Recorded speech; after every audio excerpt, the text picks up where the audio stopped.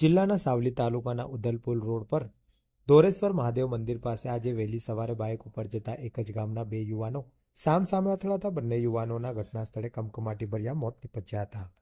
આ અરેરાટી ભર્યા બનાવની જાણ ગામમાં થતાં સન્નાટો છવાઈ ગયો હતો. સાવલી જમનોત્રી હોસ્પિટલ ખાતે પરિવારજનોના હૈયાફાટ રુદને કઠન કાળજાના લોકોને પણ હચમચાવી નાખ્યા હતા.